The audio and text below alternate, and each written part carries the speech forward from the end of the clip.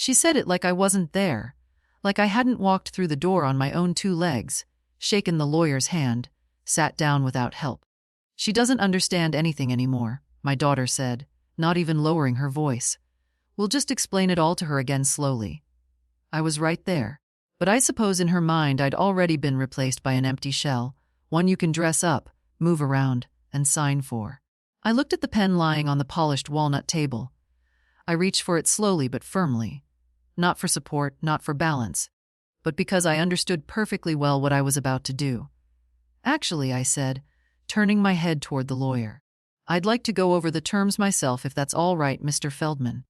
Cameron Feldman, young, well-mannered, trying to be invisible in the tension, blinked and nodded. Of course, Mrs. Sloane, the draft is right here. My daughter Caroline shifted in her chair, exhaling sharply. Her lipstick didn't move, neither did her smile. Fixed and professional, like she wore it at meetings. I just think it would be easier, she began, if I summarized it for you, Mom. You know, less over your head. I didn't look at her. I adjusted my glasses and leaned in to read. The room was elegant, soulless, an office designed to make people sign things without questioning. Heavy curtains, quiet light, not a place for arguments, which is exactly why she picked it. The document was straightforward, at least on paper, a living trust with my home as the primary asset. Upon my death or declaration of mental incapacity, it would transfer directly to Caroline, bypassing probate. That was the point of today's meeting, to finalize the paperwork.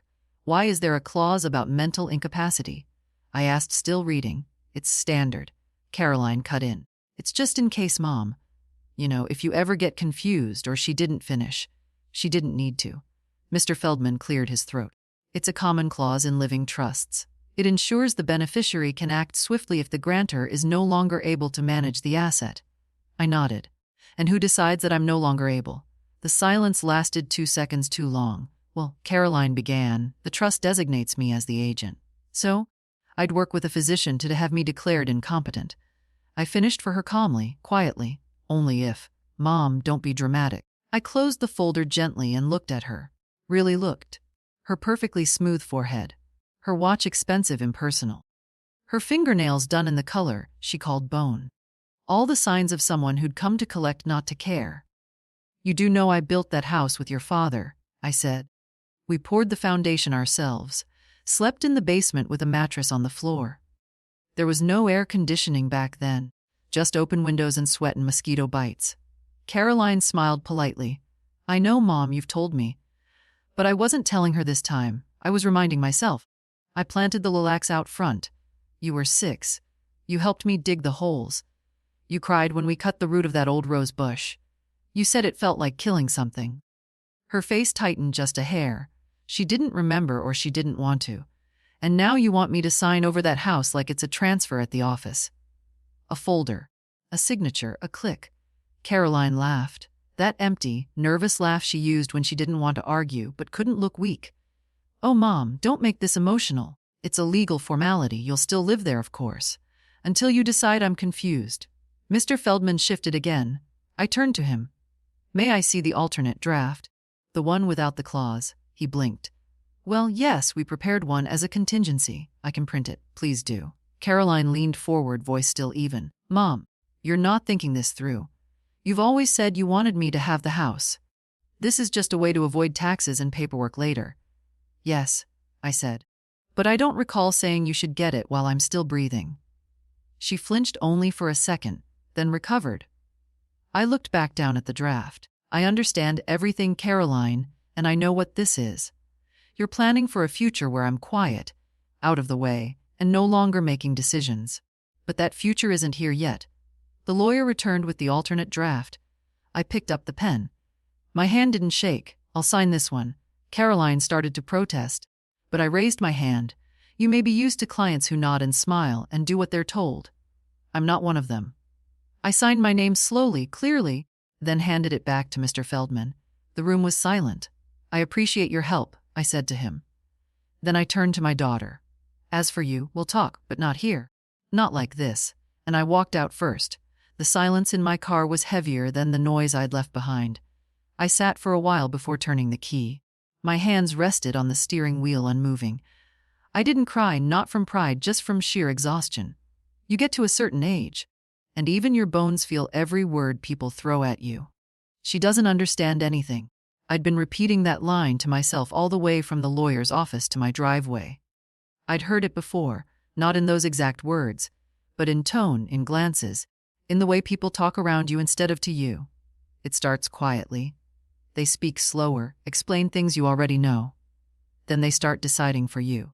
Then they stop involving you altogether. And one day you realize they think you're already half gone.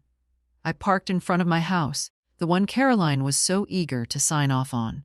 Pale yellow siding, old shutters in need of paint, Lilac still standing guard out front. I never did like how the siding faded with age, but now I appreciated it.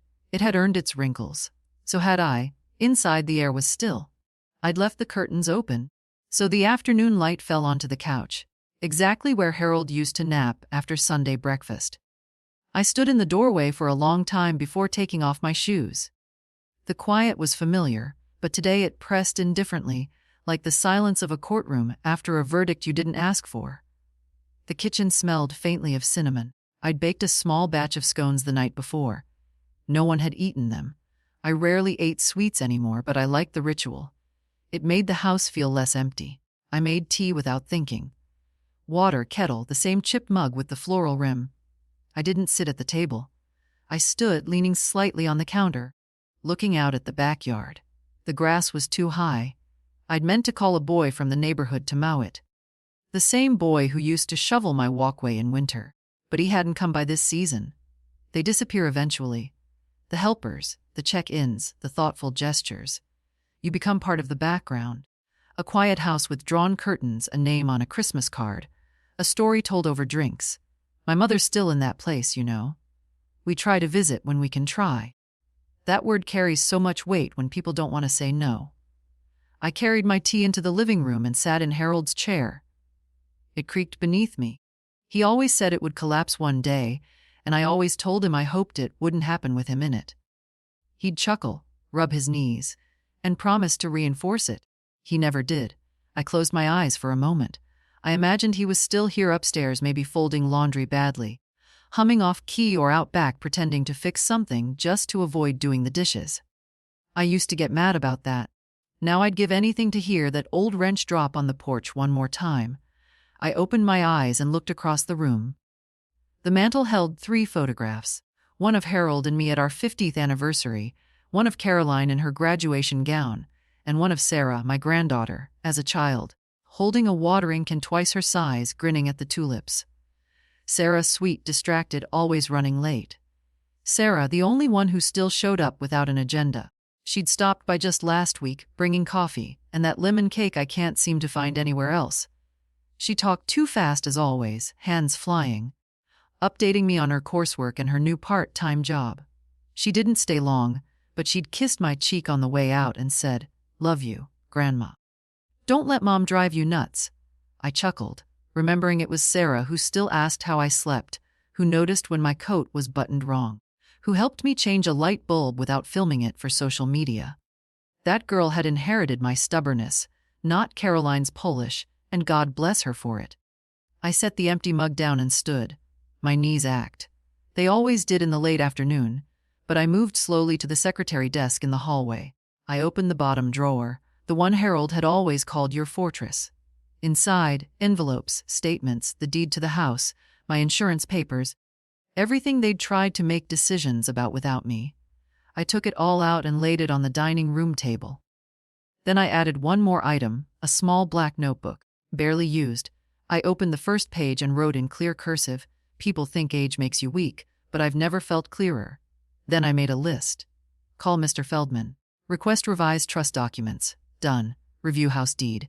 List all monthly transfers to Caroline and her family. Call the bank. Block automatic payments. Schedule meeting with financial advisor. Write letter to Sarah. I underlined the last one twice. I didn't know what the next step would be exactly. But I knew this. I wasn't going to wait in my own house for someone to quietly erase me from my life. I'd fought too hard to keep it. Built too much. Endured more than Caroline would ever guess. The pen was still in my bag from the lawyer's office. I took it out and placed it beside the notebook. I'm not done. I whispered to no one, and this time I meant it. There was a time when Caroline used to braid my hair. She'd sit on the edge of the couch, little fingers tugging too hard, chattering about school, about friends, about books she wanted. She loved mysteries back then. Nancy Drew. Smart girls with flashlights, she'd say. I'd pretend I didn't know who the culprit was, even when the plot was obvious halfway through. Now I can't remember the last time she touched me without a clipboard in her hand. I stood in front of the hallway mirror, fixing the collar of my blouse. I was going to the grocery store. Nothing more ambitious than that.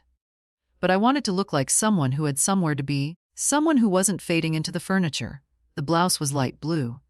Harold once told me it made my eyes look sharper. Outside, the air was crisp.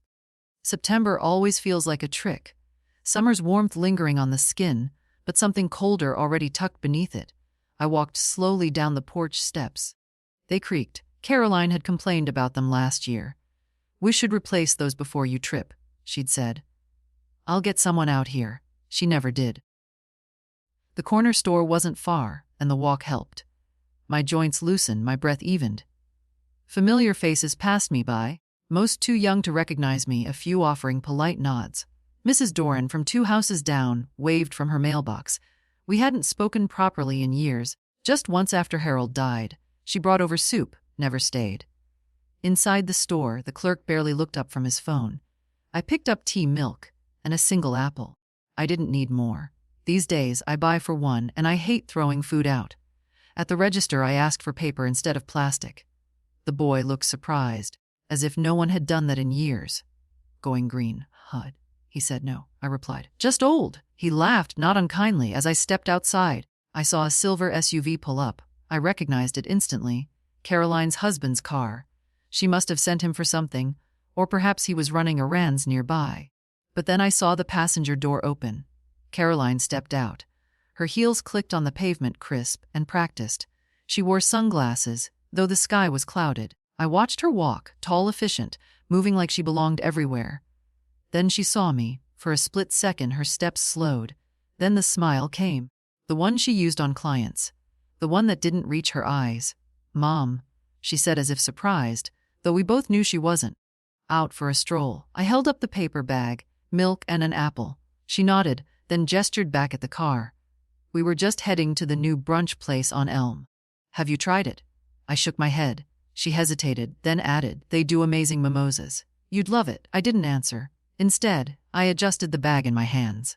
"I was going to call you," she said quickly, too quickly, about the paperwork, just to follow up. I met her eyes. I made my decision. Caroline shifted her weight, as if trying to remain casual. "It's your right, of course. I just hope you're not making choices out of fear." "Fear?" I raised an eyebrow. She glanced around, then lowered her voice. "Sometimes older people make impulsive decisions because they think everyone's trying to take advantage." "But, Mom, I'm your daughter." "I'm not." "What?" I asked quietly. "Not interested in my property, not concerned with control." Her smile faltered. "That's not fair." "I agree," I said. "It's not fair to be talked over, dismissed, signed off like a task on a spreadsheet." She exhaled, frustrated. "You're being emotional and you're being cold." For a moment, neither of us spoke. Her husband stayed in the car, probably watching, pretending to fiddle with the radio. "I was trying to help," she said softer now. "No," I corrected her. "You were trying to manage me, and that's not the same." She opened her mouth, then closed it. I stepped closer, placing the paper bag gently in the crook of my arm. "I may be old, Caroline, but I'm not gone, and I'm not your project." She blinked, then looked away. "Tell your husband to check the porch steps," I added. He promised Harold he'd fix them. And with that, I walked past her down the sidewalk, the paper bag swinging softly at my side. I didn't look back. Somewhere behind me, I thought I heard her say, "Mom." But I kept walking. She came without warning, as she always did. Sarah never called ahead, never asked if it was a good time. She just showed up with coffee, with noise, with questions, and I was always glad she did. I heard the car door slam first, then the familiar clatter of boots on the path. She didn't walk, she marched. The screen door opened with that crooked squeal it's had since Harold tried to oil the hinges with dish soap. "Grandma," she called. "In the kitchen," I answered. Sarah appeared, pink-cheeked from the wind, holding a to Go tray with 2 lats. Her hair was pulled back in that messy bun she pretended was effortless. It never was. You look good, she said, setting down the drinks, like you just told someone off. I raised an eyebrow, I did. Your mother, she snorted. Excellent. Sarah had always been a strange hybrid. Caroline's daughter, yes, but with none of her mother's angles. There was warmth in her and curiosity. She didn't treat me like an exhibit in a museum or a problem to be solved. When she was little, she used to crawl into my lap and ask me what things were like in the olden days. She still did sometimes. Just with more sarcasm, she unpacked a paper bag. I brought lemon scones. You like lemon, right? I smiled. Only when it's real lemon. This is the real deal, not that plastic yellow icing stuff. She poured the coffee into 2 mugs without asking, sat down at the table, bit into a scone, and groaned theatrically. So, she said with her mouth full, what did you tell Mom? That I'm not her project. Sarah choked on a crumb, swallowed, and grinned. God, I wish I'd been there. I didn't answer. I watched her eat. She reminded me of someone. Not Caroline. No, not even as a child. There was something of Harold in her, not in looks, but in timing. The way she paused before saying something honest. The way her face softened when she was listening. She looked up and caught me staring. What? You look like your grandfather when you chew. Do I? She asked, amused. I nodded, only prettier. She smiled, then got quiet. Grandma, is everything okay? Really? I hesitated, not because I wanted to lie, but because I didn't want to make her carry the weight of things too soon. I'm tired, I said honestly. Not of life. Just of pretending not to notice what people think of me. She didn't interrupt. She just listened. I went to sign a trust agreement. I continued. Your mother arranged it, said it would make things easier, but it was clear what she meant. She wants the house. Sarah tilted her head now. Soon enough, the papers were drawn so that she could take over if I was ever mentally unfit. She winced. That's disgusting. It's legal, I said. That's what makes it worse. She reached for my hand and squeezed it. Her fingers were warm, real. What are you going to do? She asked. I looked at her long and steady. I'm going to change everything. Her eyes widened. I'm going to talk to the bank. I'm going to talk to my lawyer. And I'm going to make sure that when I'm no longer here, the person who cared is the one who will have something to remember me by. Sarah blinked. Wet, Grandma.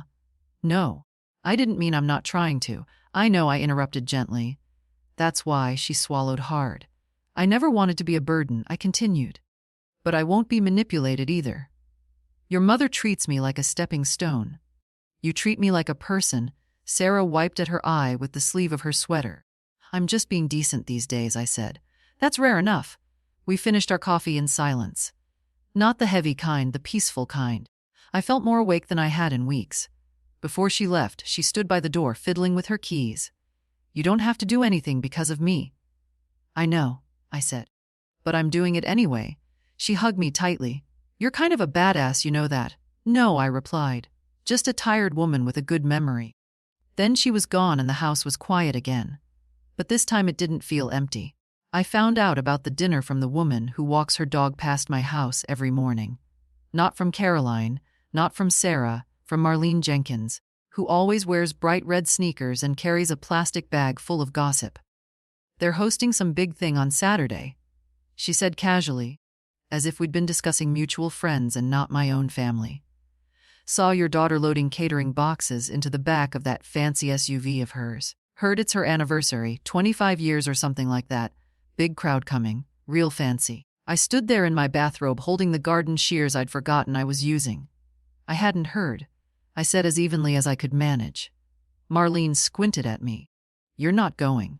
They must have forgotten to mention it. She blinked. Then, realizing what she'd stepped into, faked a cough and tugged the leash. Well, people are so busy these days. I'm sure it's just a mix-up. Sure, a mix-up. After she walked off, I stood in the garden for a long time, staring at the lavender bush that had grown wild without Harold to trim it. I tried to feel angry. I tried to feel shocked. But the truth was, I didn't feel either. I felt expected because this was how it worked. Now, I was convenient when they needed something, a signature, a check, a story for the family tree. But when there were real celebrations, when there were cameras and catered food and new dresses, I was quietly erased.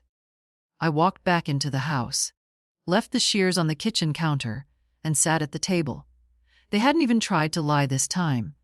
No call saying we're keeping it small. No polite excuse about capacity. Just silence as if I wouldn't notice. As if I wouldn't matter. They think I'll just stay home. They think I'll make a pot of tea and knit myself into forgetfulness. Not this time. I stood up and went to the secretary desk. I pulled out my notebook and added a line to the list. 7. Find something to wear. If they were going to pretend I didn't exist, I'd remind them quietly, precisely. And in person, I opened my closet and stared at the row of clothes. Most of them were practical. Sweaters, long skirts. The kind of thing you wear when no one's watching. But in the back, wrapped in plastic, was the navy blue dress I wore to Harold's retirement party. I hadn't touched it in years. I slipped it off the hanger and held it up. It still looked dignified, still carried the scent of the lavender sachets I kept in the closet. I laid it on the bed and fetched the pearl earrings he gave me on our 40th anniversary. I set them beside the dress like an old ritual. That night I took my time. I bathed. I trimmed my nails. I ironed the dress and lined up the shoes. I didn't know if I'd walk through their front door or simply stand on the sidewalk. I just knew I needed to be visible. They weren't going to hide me this time. The morning of the dinner, I ate toast and read the newspaper, pretending I was calm. But my hands betrayed me. The way they gripped the mug. The way they hovered over the pages without turning them. At noon, I called Sarah. She answered on the second ring. Grandma, I heard about the dinner. There was silence. Then I was going to tell you when. She didn't answer. Are you going? I asked. Yes, she said quietly. Then I'll see you there. Another pause. You're coming, dumb. More silence. I'll save you a seat, she said finally. You won't have to, I replied. We hung up and I went back to my list. One last thing to write.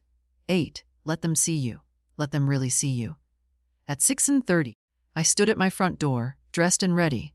The evening light made the lilacs glow. I looked at the house behind me. Every window, every memory, every inch of it built with hands they'd forgotten were mine. Then I walked down the steps. They creaked, just like always. I hadn't worn the pearls in 12 years, not since Harold's funeral. I'd told myself I was saving them for something meaningful, though nothing had felt quite right since he left. But that night, as I fastened them in front of the mirror, I realized this was meaningful. Not for them, for me. The drive was short. They only lived 15 minutes away in one of those newer subdivisions with identical mailboxes and clean sidewalks. Their house stood out, of course. Bigger, wider, grander. Carolyn liked order, symmetry, the illusion of perfection. I parked a little down the street, not wanting to make a scene. I sat in the car for a moment, the engine ticking as it cooled. Through the windshield, I saw cars lined up, guests laughing as they walked to the door, women in heels carrying gifts, men in crisp shirts adjusting their ties. Not one of them knew that Caroline's mother wasn't on the guest list. Not one of them knew that the woman who raised her, who taught her to spell her name and tie her shoes and braid her hair, was watching from a distance like a stranger. I opened the car door. Let them see me. The porch light was already on when I reached their front steps. Music drifted through the windows. Soft jazz meant to sound elegant. Lauder clinking glasses. The comfortable noise of people who believe everything's in its place. I rang the bell. The door opened a moment later. It wasn't Caroline, it was Philip. He looked surprised, then quickly neutral. Miriam, he said, using my full name like a polite stranger. We weren't expecting. I know, I said, stepping past him. I heard him exhale sharply, but didn't turn around. The hallway was warm, filled with smells of catered food and someone's too strong cologne. I walked slowly, steadily, into the living room. There they were.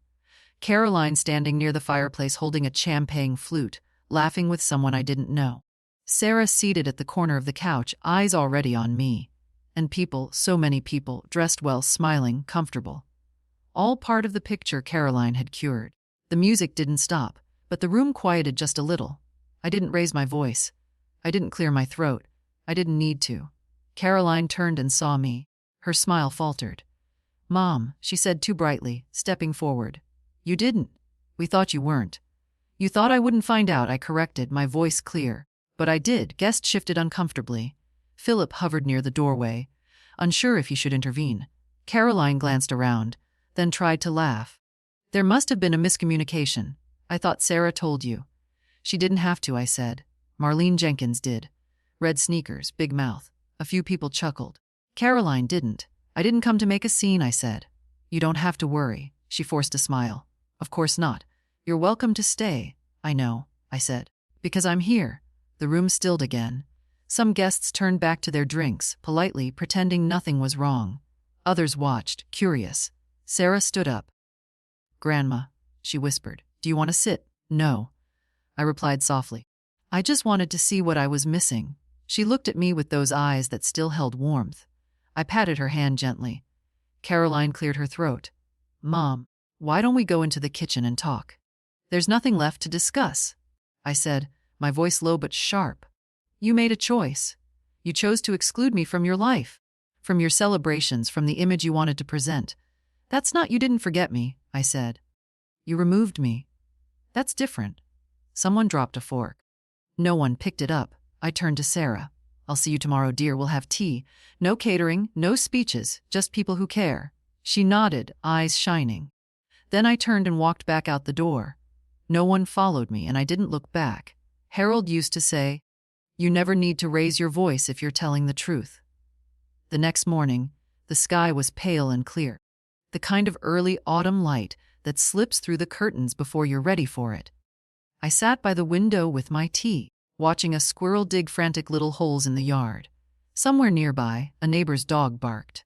Life, as it does, carried on. I hadn't heard from Caroline. Not a message, not a call, not even a passive-aggressive email asking if I'd recovered from last night. I wasn't surprised. Chords hide in silence, and my daughter was a master at professional avoidance. But at 9017, the phone rang. The landline, the one no one under 40 calls anymore. I picked it up, expecting Sarah.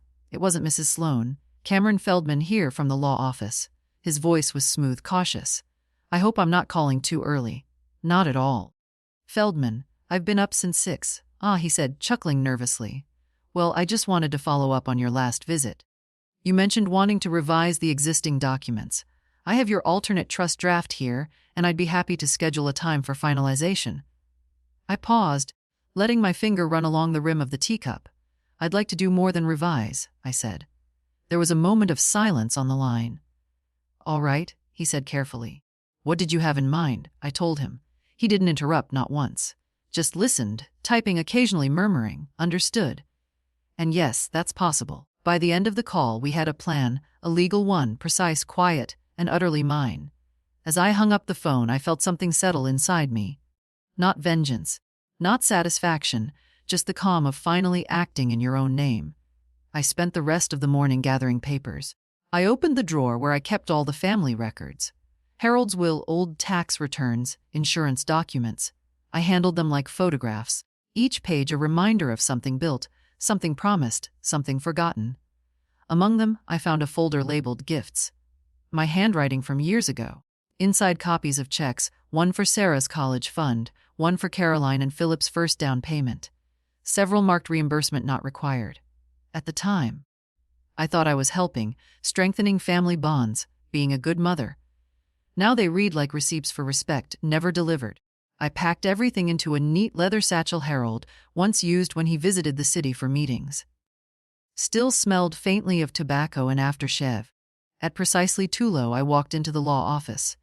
Cameron stood when I entered, startled again. As if old women weren't supposed to keep appointments, he led me into a private room, not the same one from before. This one had light and no shadows in the corners.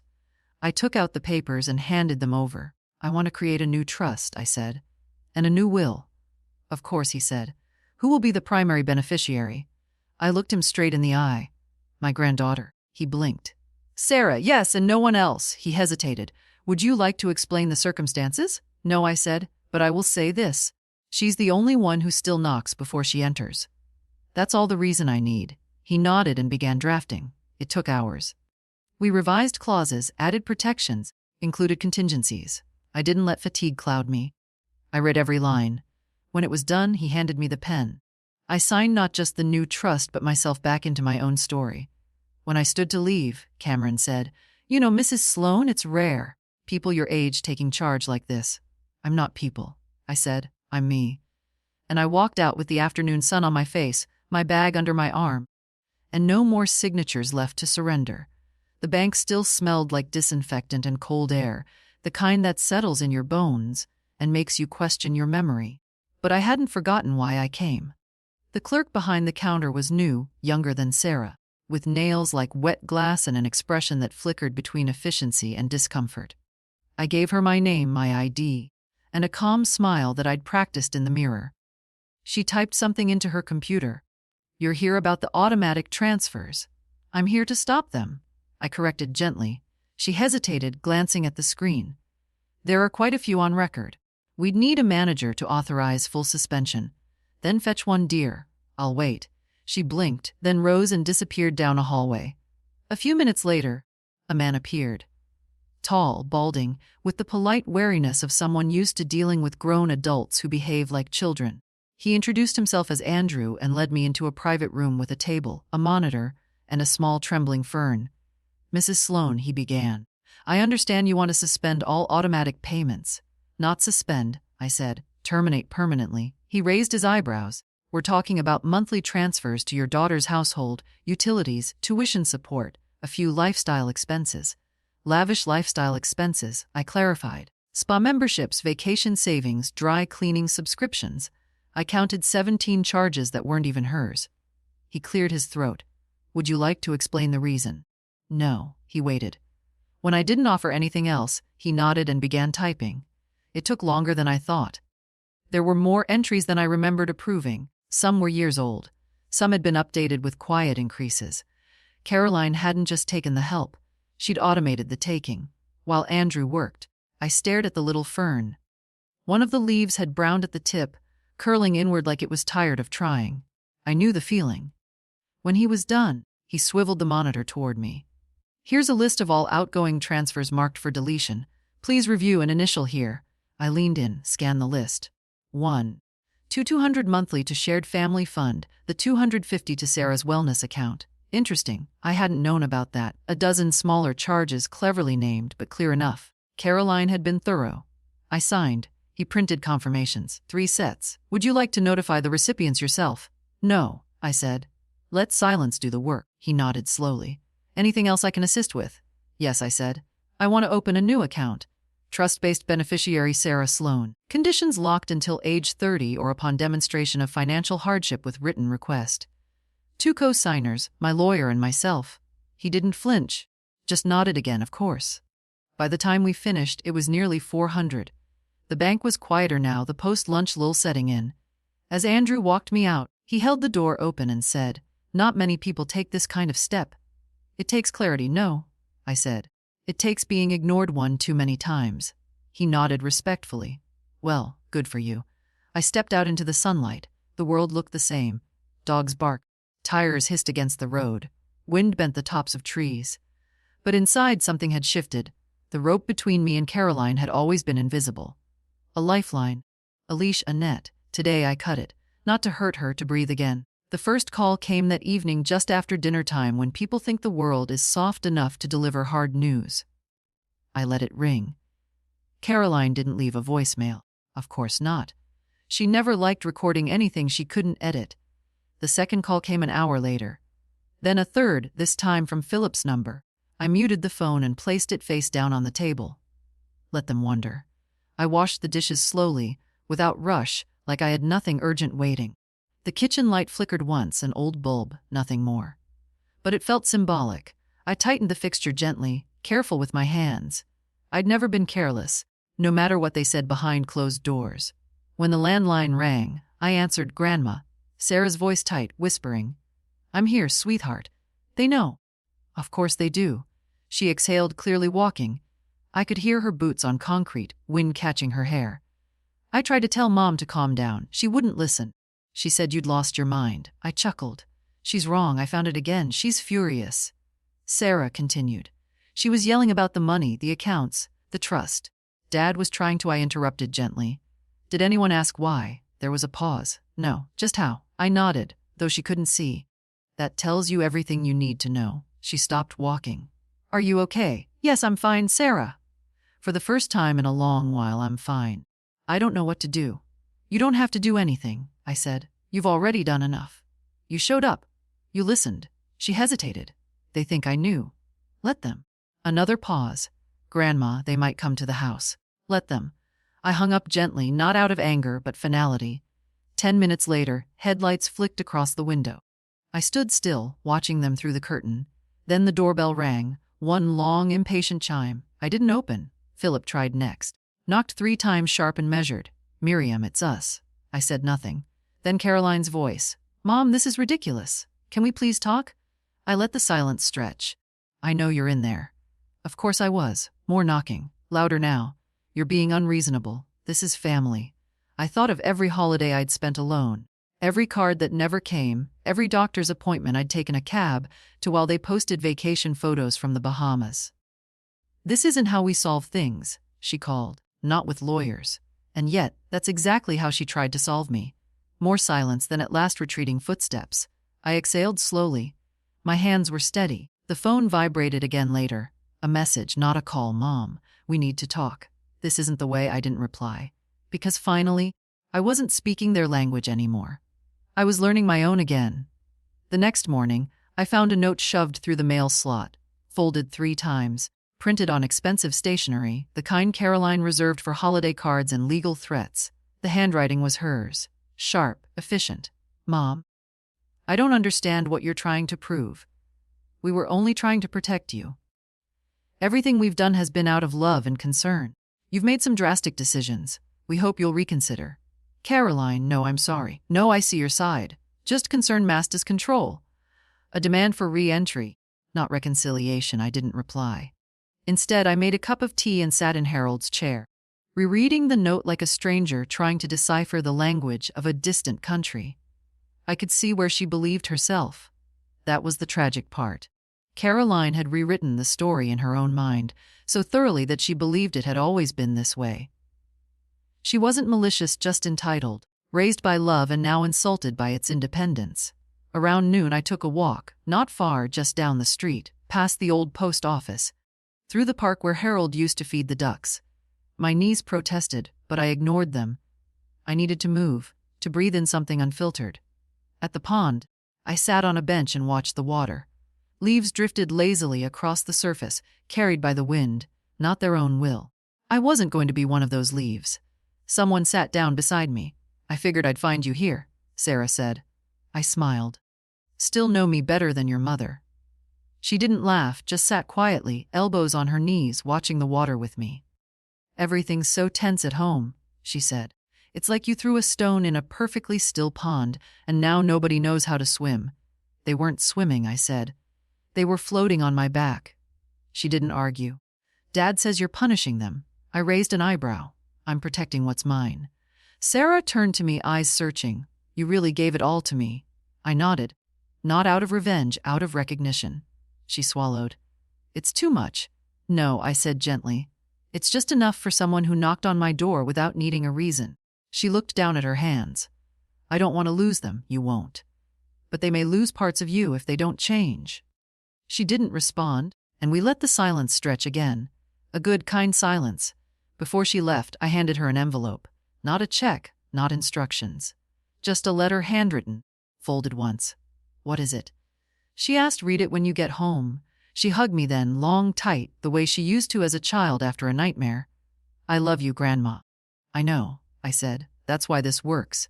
When she was gone, I sat on the bench a little longer, watching the wind ripple the pond. Caroline wanted calm, wanted control. But sometimes disruption is a kind of love, too. The kind that shakes a tree hard enough for something new to grow. Let her be rattled. Let her wonder what happens next.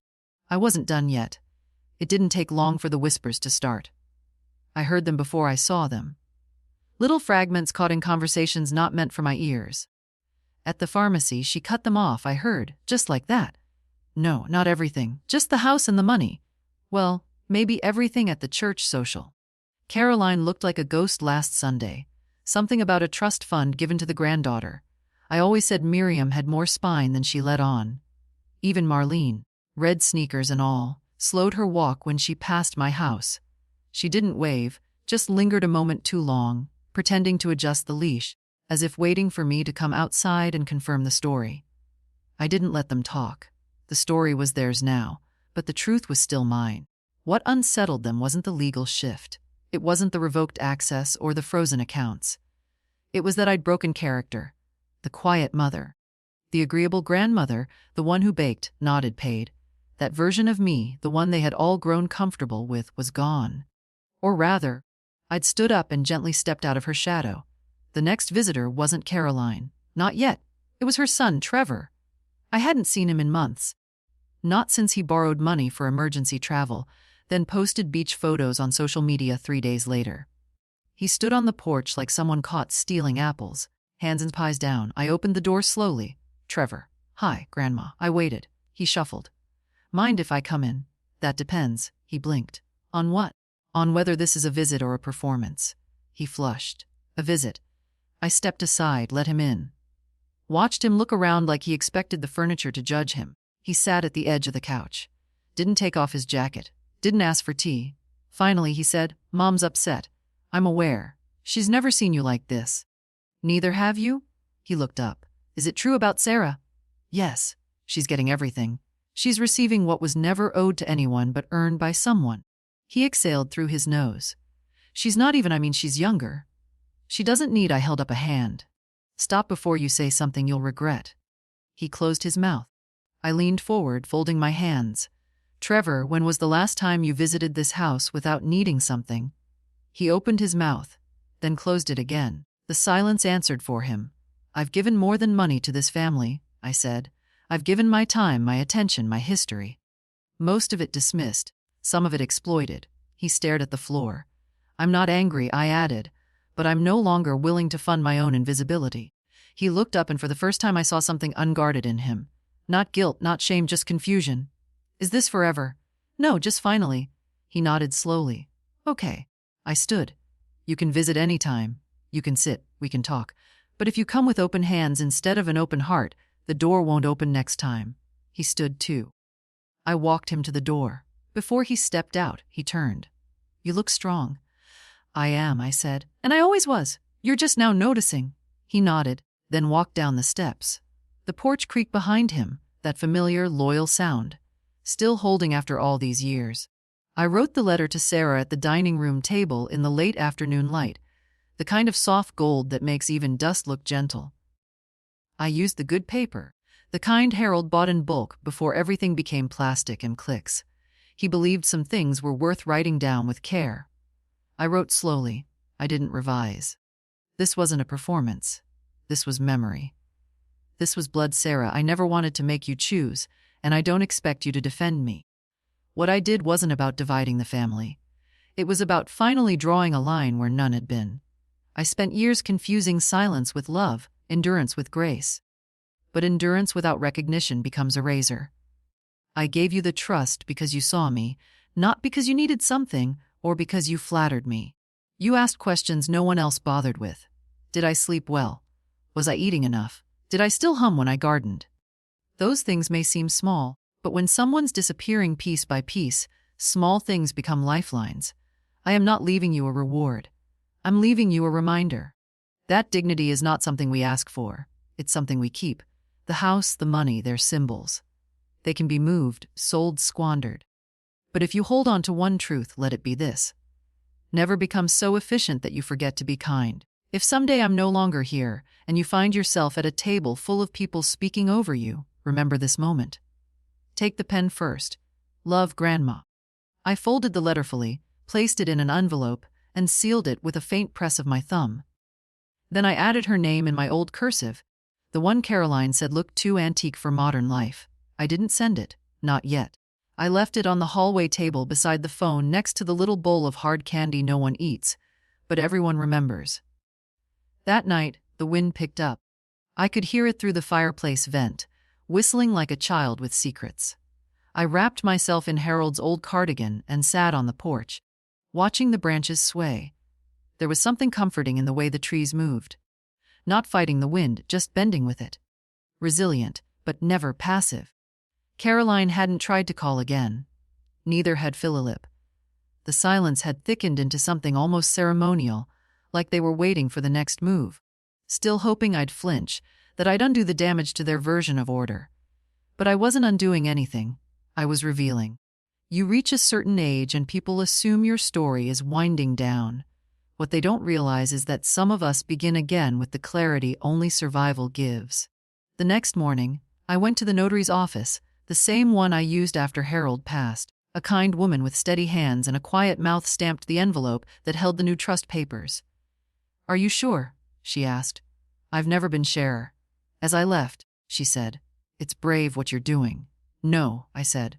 "It's overdue." Back at home, I placed the sealed documents in the fireproof box in the hall closet, the same box that held my marriage certificate, Harold's Army ID, and a photo of Sarah watering the garden in bare feet. The legacy wasn't the assets. It was the decision to protect what mattered. The first apology didn't sound like one. It came in the form of an email from Caroline. Of course, she always preferred distance when the subject got too close. "Mom, I've had some time to think. I wish things hadn't escalated the way they did. I never meant to hurt you. I was trying to make things easier, more secure for everyone involved. I'm sorry if it felt like we were taking control. That wasn't the intention. Let's find a time to talk. Maybe we can meet halfway on all this. Love, Caroline." I read it twice. There it was again. If I'm sorry if it felt like that small word, that loophole, the kind that cushions the sender and traps the recipient. Still, I printed it out and placed it in a drawer, not because it mattered, but because it was proof of her awareness, her discomfort, her shifting tone. Later that day, I saw her car drive by, not slow, not suspicious, just curious. I was trimming the rose bushes I didn't wave. She didn't stop. The next day, another email shorter. No apologies, just, "Have you reconsidered anything?" I hadn't, so I didn't respond. Instead, I took Sarah out for lunch. A small diner halfway between our neighborhoods. No frills, just good soup and sunlight in the windows. She was already seated when I arrived, notebook open. Pen tapping. She stood when she saw me. "Nice sweater," she said, hugging me. "It's very I've ruined lives and sleep just fine." I smiled. "It's Harold's. We ordered lentil soup and bread."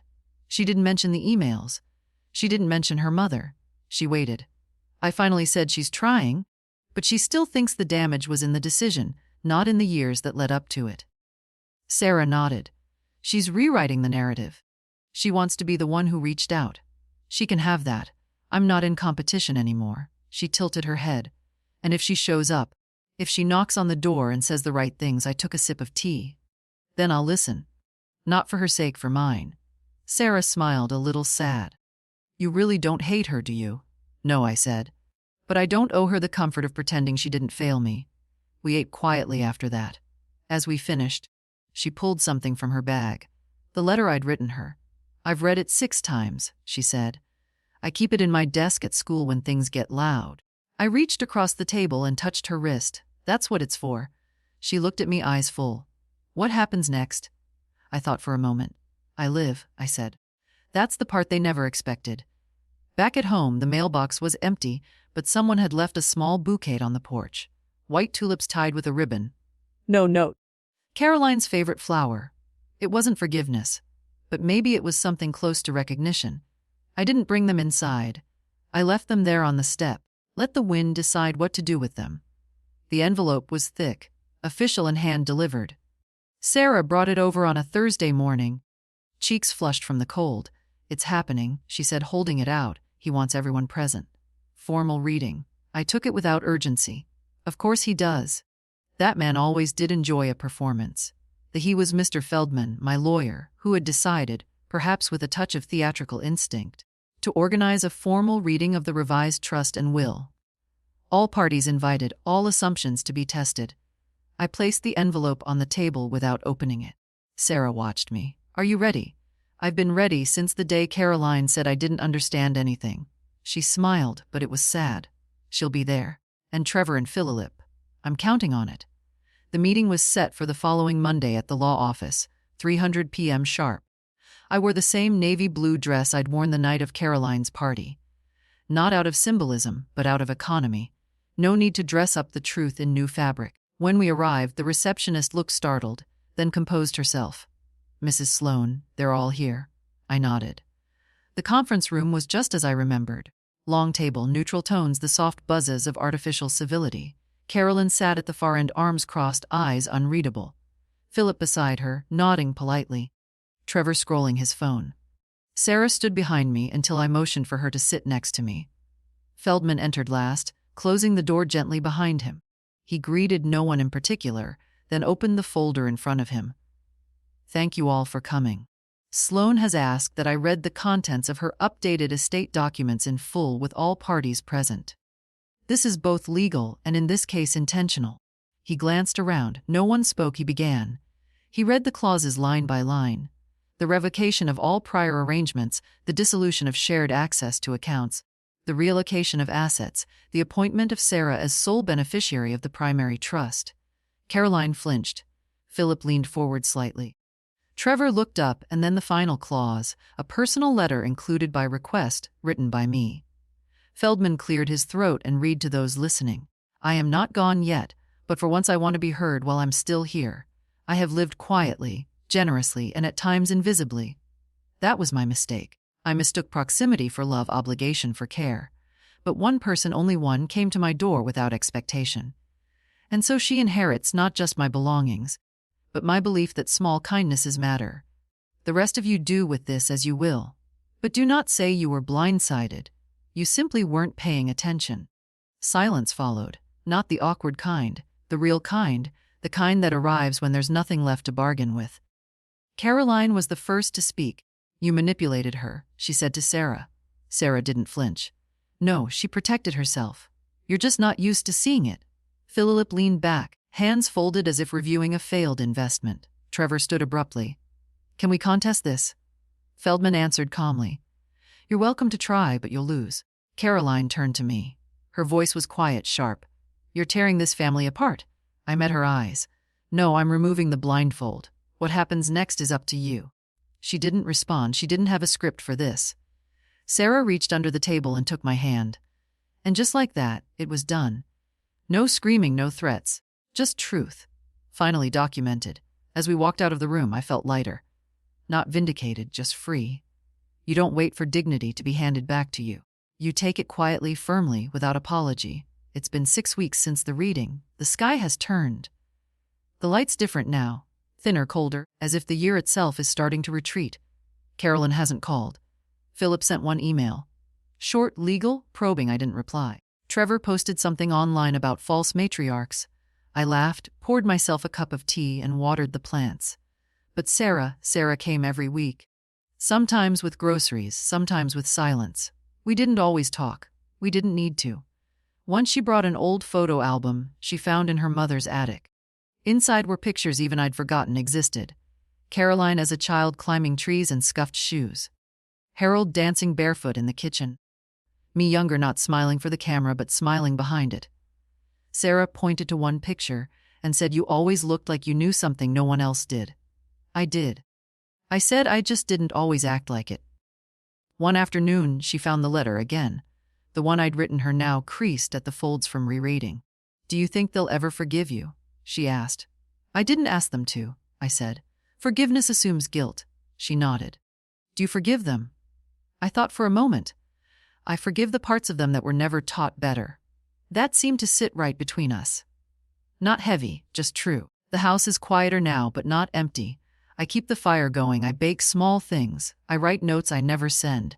And when the mail comes, bills, catalogs, the occasional card, I open each one slowly. I'm not in a hurry anymore. The neighbors still gossip, but with less heat.